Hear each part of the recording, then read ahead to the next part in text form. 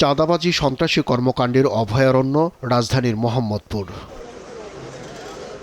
শনিবার রাতে আবির এমব্রয়ডারি ফ্যাক্টরিতে চাঁদাবাজি করতে গিয়ে এক কর্মীকে কুপিয়ে আহত করে দুর্বৃত্তরা। এই ঘটনায় ক্ষোভে রাস্তায় নেমে আসেন ব্যবসায়ীরা। একটা ছেলেরে সম্ভবত খুব ভালোভাবে কোবাইছে। কোবাই আসার পরে ওদের হাতের 7-8 জন ছিল, ওদের সবার হাতে চাপাতি ছিল।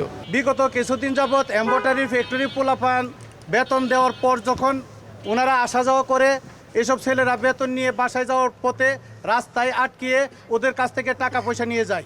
ভুক্তভোগী ব্যবসায়ীরা আদাবর থানায় একটি মামলাও করেছেন। যখন ফ্যাসিস্ট সরকার ক্ষমতা ছিল তখন এরা ফ্যাসিস্টের দল করতো, এখন নতুন সরকার আসছে, এখন তারা নতুন সরকারের সাইনবোর্ড ব্যবহার করতেছে। কথাও বলতে পারি না, আমাদের মেশিন ঢুকার সময় আসে, মেশিনের সামনে দাঁড়ায় থাকে 20-25 জন, এরকম ধাপে ধাপে আসে। এই ঘটনায় কঠোর অবস্থানে স্থানীয় বিএনপি নেতাকর্মীরাও। সন্ত্রাসীদের প্রশ্রয় না দেওয়ার হুঁশিয়ার তাদের। এগুলা এখানে প্রশ্রয় পাবে না ইনশাআল্লাহ।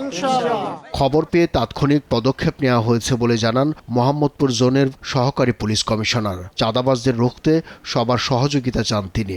প্রত্যেক এলাকায় প্রত্যেক বিটে আমাদের মোবাইল পেট্রোল থাকে এবং ফুট পেট্রোল আছে।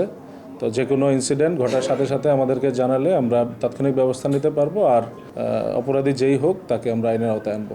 মোহাম্মদপুরের বিভিন্ন স্থানে একদিনে 3টি সন্ত্রাসী কর্মকাণ্ডের ঘটনা ঘটেছে বলে জানিয়েছে পুলিশ। ময়ূরভিলা এবং বসিলা 2টা ঘটনা আছে। আব্দুল্লাহ শাফি, সময় সংবাদ, ঢাকা।